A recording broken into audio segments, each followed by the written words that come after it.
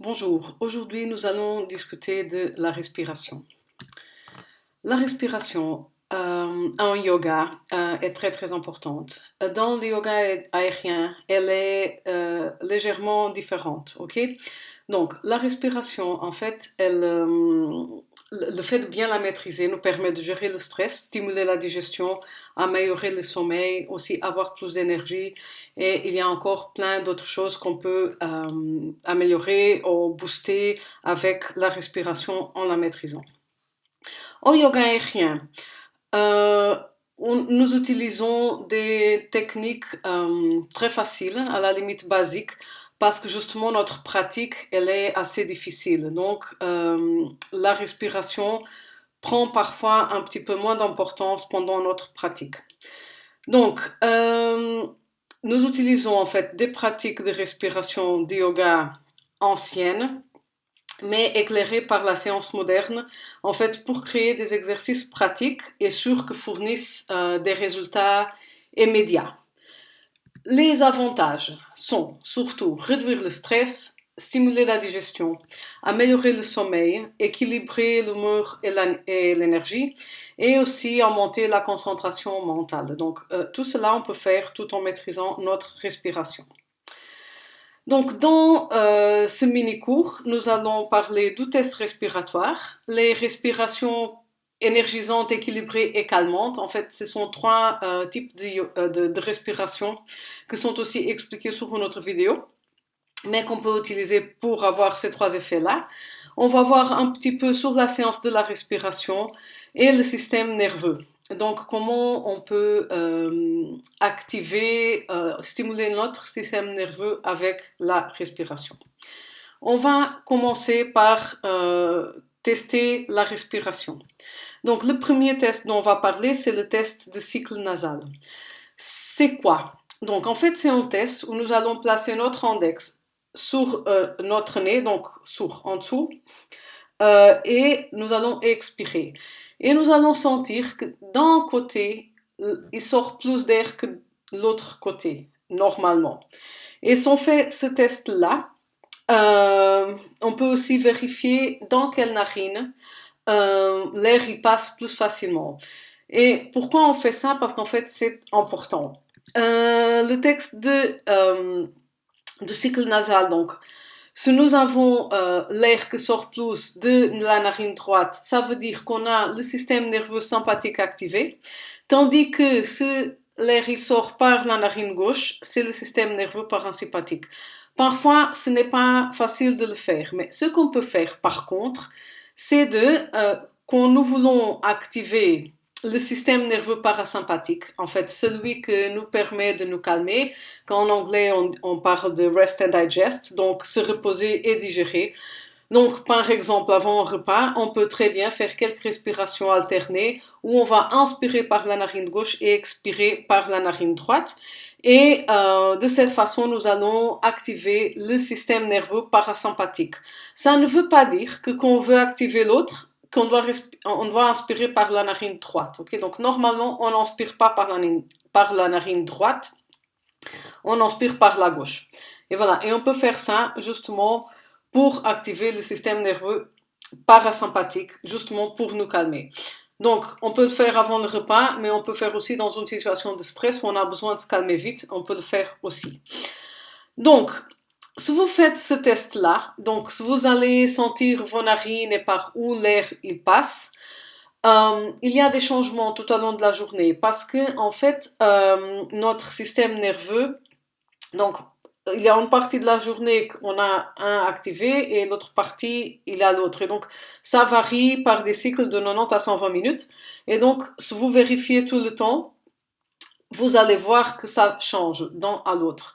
Après, ça se peut que vous n'arrivez pas vraiment à sentir la différence. Moi, j'ai vraiment du mal à sentir la différence, ok? Et parfois, il y a certaines personnes qui vivent tellement sur la narine droite qu'elles ne sentent jamais l'air plus sur la gauche. Et donc, ce sont des personnes qui normalement subissent pas mal de stress.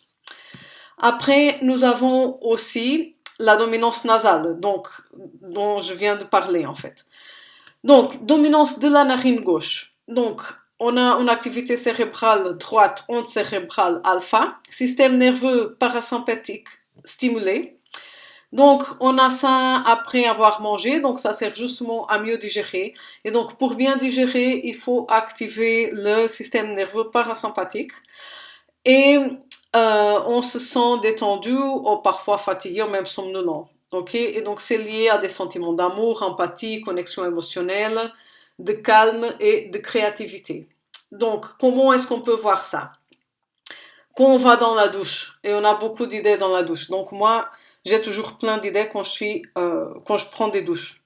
Et alors, en fait, c'est parce que le fait d'être dans la douche avec l'eau chaude qui coule, ça calme, ça active le système nerveux parasympathique. Et du coup, j'ai toute la créativité qui sort. Et donc, j'ai plein d'idées quand je suis dans la douche. Les mêmes choses qu'on fait de la marche. Ok? Donc, c'est le système nerveux parasympathique qui est activé. Quand nous avons une dominance de la narine droite, donc on a l'activité cérébrale gauche, donc onde cérébrale bêta. Donc, narine droite liée au côté gauche du cerveau, narine gauche liée au côté droit. Okay? Système nerveux sympathique qui est stimulé. Et donc, nous avons faim, nous sommes éveillés, alertes. Et donc, ici, c'est fight and flight, c'est-à-dire ça sert à se battre ou alors à s'enfuir. Donc, on n'est jamais calme quand on a ce côté de système nerveux stimulé ou activé. On est préparé pour l'activité physique, l'exercice, donc c'est bien aussi, donc c'est pas que un c'est mauvais et que l'autre c'est bon. Et on a aussi des sentiments de devoir bouger, d'anxiété et d'action. Donc, test de cycle nasal. Les meilleurs moments pour tester sont le matin, avant et après les repas et avant le coucher. Et le changement est souvent provoqué par la respiration de yoga. Donc, on peut, en utilisant la respiration de yoga, changer la dominance de la narine, c'est-à-dire stimuler un côté du cerveau, stimuler une branche du système nerveux ou l'autre branche du système nerveux. L'histoire du cycle nasal, donc découvert en 1895 par le médecin allemand Richard Kaiser. C'est pas une séance exacte, donc il y a environ 10% de taux d'échec. Et quand vous faites le test du cycle nasal, il faut s'attendre à des changements en 90 et à 120 minutes. Après, nous avons le test de maintien de respiration à vide. Ok, donc pardon, je dois faire une pause pour boire. Donc, le test de maintien de respiration à vide. On prend 3 respirations normales. Et après la dernière expiration, on ferme bien le nez et on reste sans respirer. Donc, on arrête la respiration poumon vide. Et après, on va chronométrer jusqu'à notre première sensation de faim respiratoire. Donc, on a vraiment besoin d'inspirer. Donc, si le diaphragme se déclenche ou se contracte, c'est qu'on est allé trop loin et il faut recommencer. Et donc, il ne faut pas pousser ni forcer, ça doit être naturel et confortable. Donc, ça veut dire quoi? Ça veut dire qu'on va retenir la respiration à poumon vide, mais on ne doit pas attendre jusqu'à être comme ça pour inspirer. Donc, non. Donc, on expire tout, on retient. Et après, quand on sent qu'on va avoir besoin d'inspirer, on peut inspirer, mais calmement, ok? Un petit peu comme quand on fait un Isara ou le Kriya. Je me souviens pas du nom. C'est pas Mula Bandha, c'est l'autre. C'est le ventre. Bon, c'est le Kriya avec le ventre qu'on fait des belly flaps. Et je ne reviens pas, que je me souviens pas du nom de Bandha qui est le bas du ventre en fait. Je me souviens des autres deux. Donc, bref, je reviendrai à ça. Le test de capacité pulmonaire. Alors, celui-là, on prend une très grande inspiration et on va retenir poumon plein et on va expirer doucement en comptant le plus haut possible. Ce n'est pas avec la voix haute, ok? C'est en chiffres. Donc, on va compter 1, 2, 3, 4, Et on peut compter avec une voix toute basse, mais audible. Ok? Et donc, après, si ça ne va pas, on peut réessayer parce que ça demande un petit peu de pratique quand même.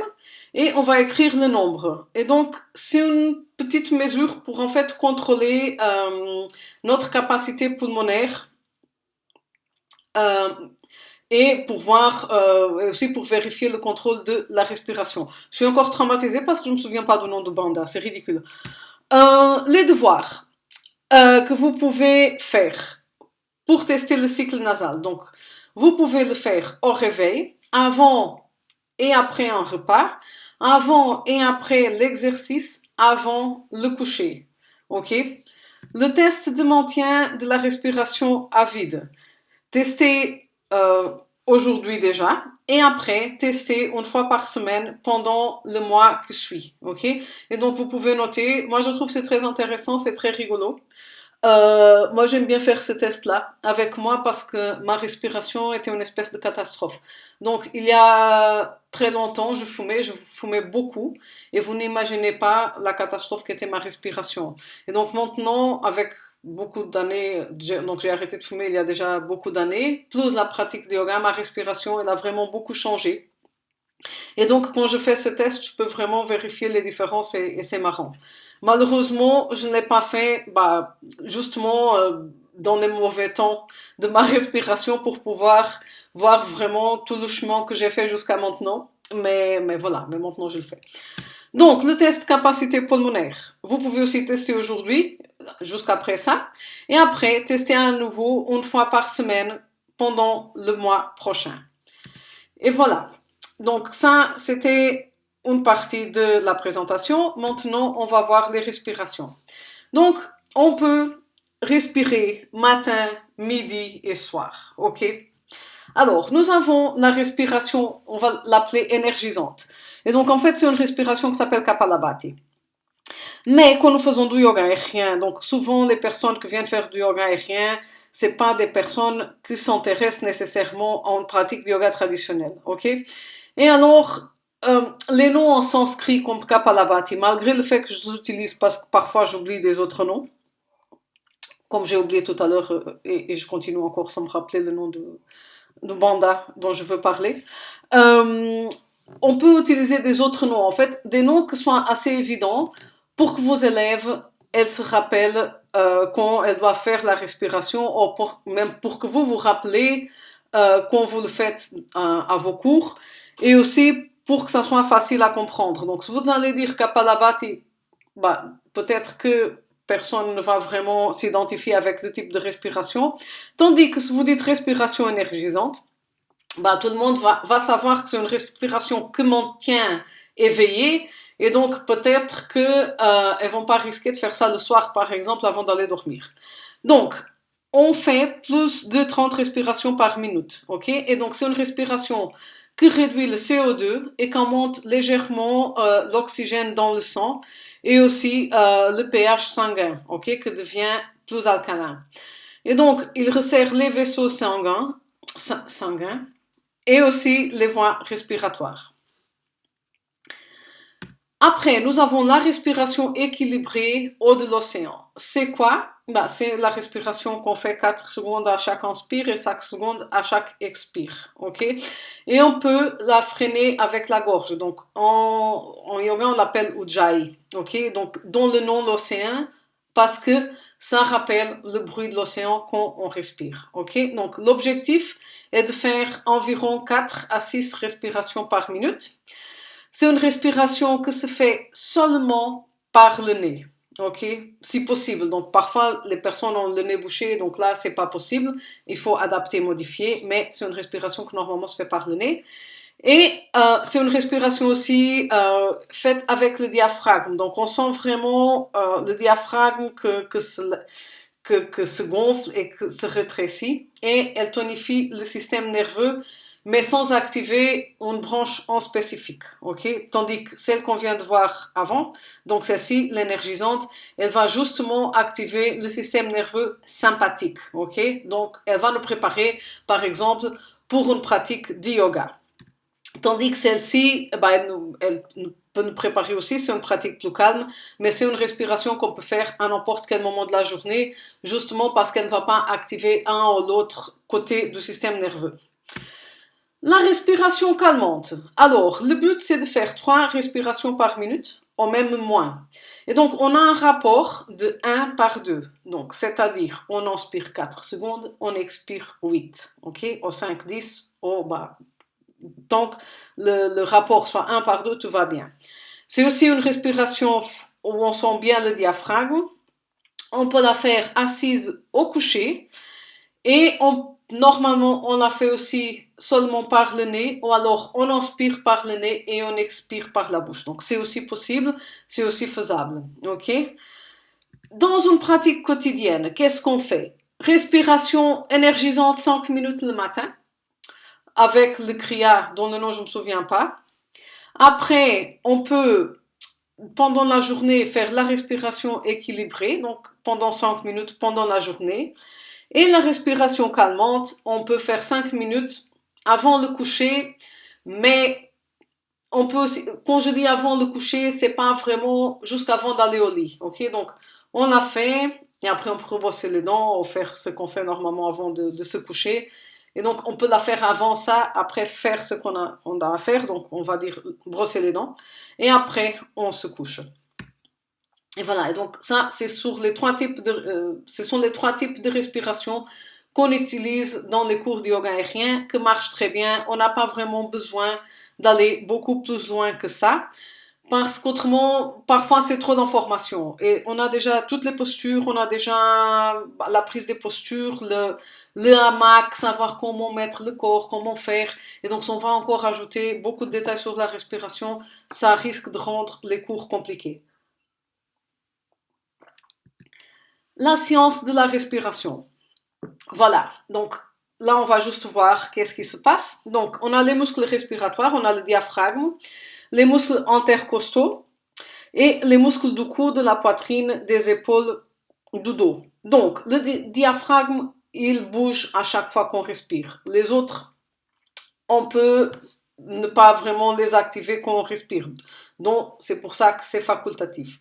Mais le diaphragme, qui est ce petit chapeau jusqu'en dessous des poumons, euh, c'est lui que bouge donc vraiment pendant la respiration. Donc, il ouvre, il monte quand on inspire et il se rétrécit et il se ferme quand on expire. Et après, on peut pas mélanger ça, par exemple, avec le plancher pelvien, dans certains cas, avec certains exercices pour certaines personnes. Ok, donc c'est vraiment le muscle le plus important de la respiration, avec le poumon, bien sûr, qui ne sont pas un muscle d'ailleurs. Oh, peut-être qu'ils sont. Écoutez, bah voilà, on ne va pas s'allonger sur ça. Donc le diaphragme, il faut vraiment bien le sentir et on peut par exemple carrément mettre les mains sur la poitrine, donc pour bien sentir comme il bouge quand nous respirons. Le rôle de l'oxygène. Donc, l'oxygène, il est essentiel pour chaque cellule de notre corps, ok? Et donc, il y a l'oxydation qui transforme chimiquement les aliments et les liquides en énergie, et pour ça, on a besoin de l'oxygène, ok? C'est justement pour oxyder. C'est quoi son rôle? Il contracte les muscles, il répare les cellules, il nourrit notre cerveau et il nettoie aussi notre corps. Et après, nous avons aussi le CO2, ok, qui permet la vasodilatation, la dilatation des voies respiratoires, l'augmentation de l'absorption de l'oxygène et aussi l'élimination des déchets. Donc souvent, parfois, je ne sais pas, donc parfois, on entend parler de l'oxygène comme bon et le CO2 comme méchant. Donc ce n'est pas vraiment le cas. En fait, tous les deux ils sont bons et donc tous les deux ils sont essentiels pour la santé. Donc quand vous donnez cours, vous n'avez pas vraiment besoin de dire qu'on va inspirer et faire entrer cet oxygène propre et après on va faire sortir du CO2 sale. Donc non, c'est pas comme ça, ok? Donc parlez juste de l'air et sans parler d'oxygène et de CO2 parce que tous les deux ils sont importants. Et donc l'air sec inhalé, il est composé de quoi? De 70, plus ou moins 78% d'azote, presque 21% d'oxygène, presque 1% d'argon, 0,04 de dioxyde de carbone, et après, il y a encore traces d'autres gaz, ok? Pourquoi respirer par le nez? Que c'est quelque chose qu'on fait en yoga. On respire la plupart du temps, ou presque toujours par le nez. Parce que ça permet de contrôler la température de l'air, ça humidifie aussi l'air et ça purifie l'air qui rentre, ok?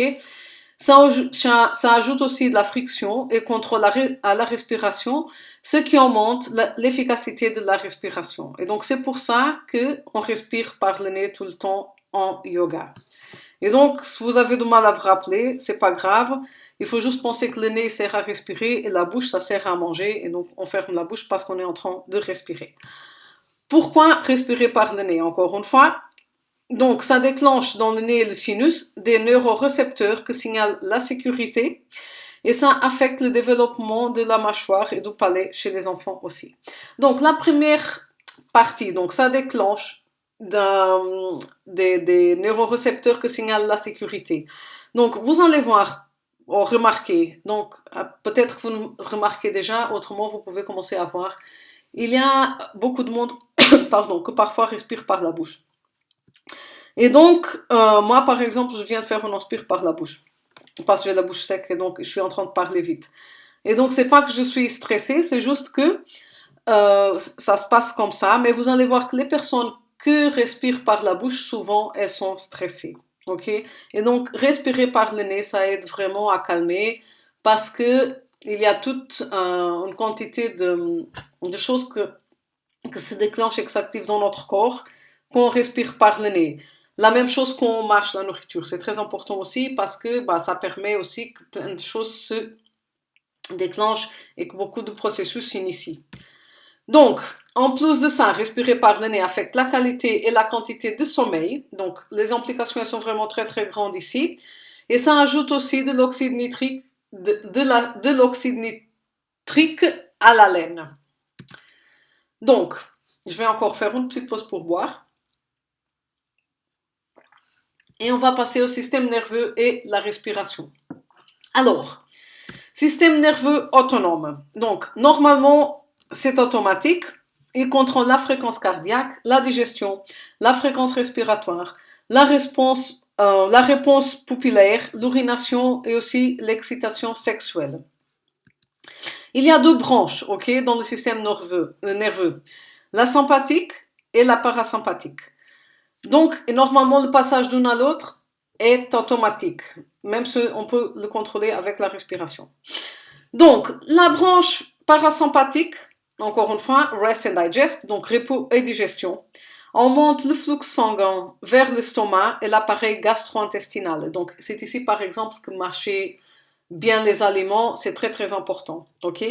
Et donc, ça stimule le péristaltisme, donc les mouvements de l'estomac, de la digestion, l'urination et aussi les glandes salivaires. La fréquence cardiaque, elle baisse quand on a cette branche du système nerveux activée, ou stimulée. Il y a aussi la normalisation des pupilles pour la vision à courte portée et aussi, c'est aussi lié à l'excitation sexuelle. Tandis que la réponse sympathique de lutte ou fuite, c'est-à-dire fight and flight, arrête la digestion et donc l'élimination. Donc c'est pour ça que c'est très très important d'activer la branche parasympathique pour bien digérer. Et c'est pour ça aussi que par exemple quand on vit au bord de la mer, on sait que on ne peut pas pendant la digestion, donc après avoir mangé, on ne peut pas aller dans l'eau. Et c'est pas que l'eau elle empêche de digérer, mais c'est pas le fait d'aller dans l'eau, c'est le choc thermique. Donc moi, je viens d'un village au Portugal qui s'appelle Ericeira et l'eau de la mer elle est froide. Ok, et donc on sait très bien tous, en tout cas les habitants, quand on mange, on ne va pas dans l'eau tout de suite. Ou si on va dans l'eau, parce que parfois il faut parce qu'il fait vraiment chaud et on est en pleine digestion, il faut vraiment se mouiller tout doucement pour que le corps il s'adapte à la température de l'eau. s'en va brutalement, la digestion elle s'arrête. Et c'est pour ça qu'il y a beaucoup de monde qui a des problèmes quand ils entrent comme ça dans l'eau sans préparer. C'est parce qu'il y a le choc thermique et la digestion s'arrête. Ok? Donc, continuons. Le sang va aux muscles et aux poumons, donc jusqu'à 12 fois plus. Et l'adrénaline augmente, donc la lutte aux fuites. La fréquence cardiaque augmente, les pupilles se dilatent pour une meilleure vision à longue distance ou dans le noir, et c'est aussi lié à l'orgasme sexuel. Okay? Donc vraiment le moment lutte aux fuites, quoi. Après, on peut aussi parler, je n'aime pas toujours d'utiliser cette expression-là, mais elle est ici, donc on peut aussi parler d'équilibre yin-yang. Okay? Je trouve que pour le moment, c'est très branché, c'est très à la mode et tout le monde parle de ça sans savoir parfois ce que ça veut dire. Et donc c'est pour ça que je préfère utiliser le système nerveux, mais on peut aussi utiliser le yin et yang. Je vous laisse décider ce que vous préférez en fait.